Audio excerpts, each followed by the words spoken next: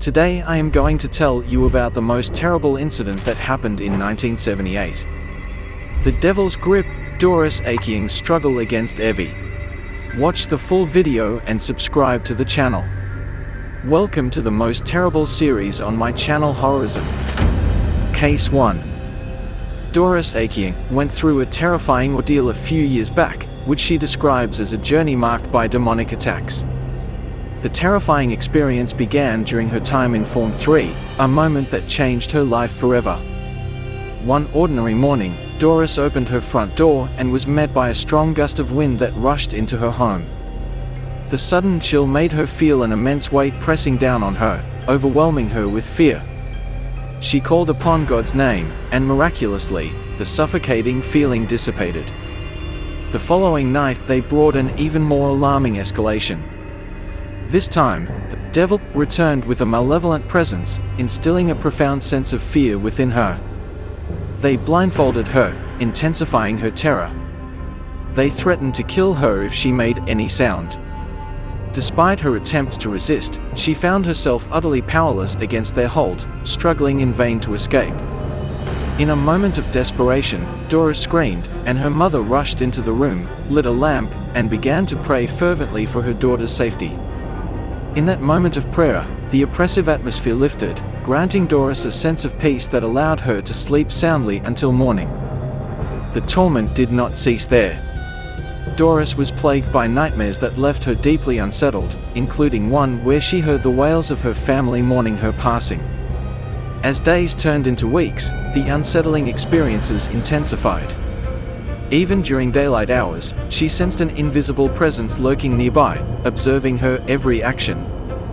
Her friends and family began to recognize her distress, witnessing the impact it had on her physical and mental health. In a desperate quest for peace, Doris turned to her faith, praying earnestly for liberation. Yet, each night, the torment returned, more unyielding than before. When her circumstances became intolerable, Doris's family sought guidance from their pastor, who agreed to perform an exorcism, convinced that prayer and faith could defeat the evil that had ensnared Doris. The night of the exorcism was filled with tension as Doris, surrounded by her family and friends, felt a mix of hope and apprehension. The pastor began the proceedings with prayers and sacred rituals, calling upon divine forces to drive out the evil entities that had invaded their lives. As he recited ancient texts, Doris experienced a disturbing blend of fear and comfort, as if the very core of her reality was being unraveled.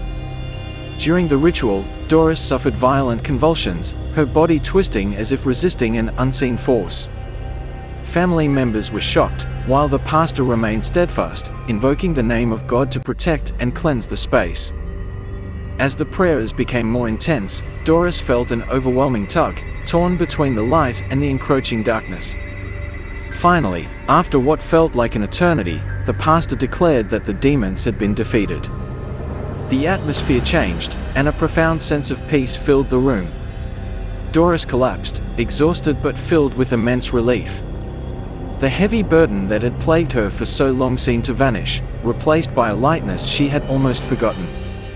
Since that crucial moment, Doris has not experienced any further attacks, marking the end of her harrowing journey. She emerged from the ordeal transformed, her faith strengthened, and her perspective on life permanently changed. Doris's story serves as a powerful testament to the battle between good and evil, causing many to contemplate the true nature of the forces that linger in the shadows. Now, she often shares her experience with others, seeking to shed light on the struggles of mental health and the power of faith.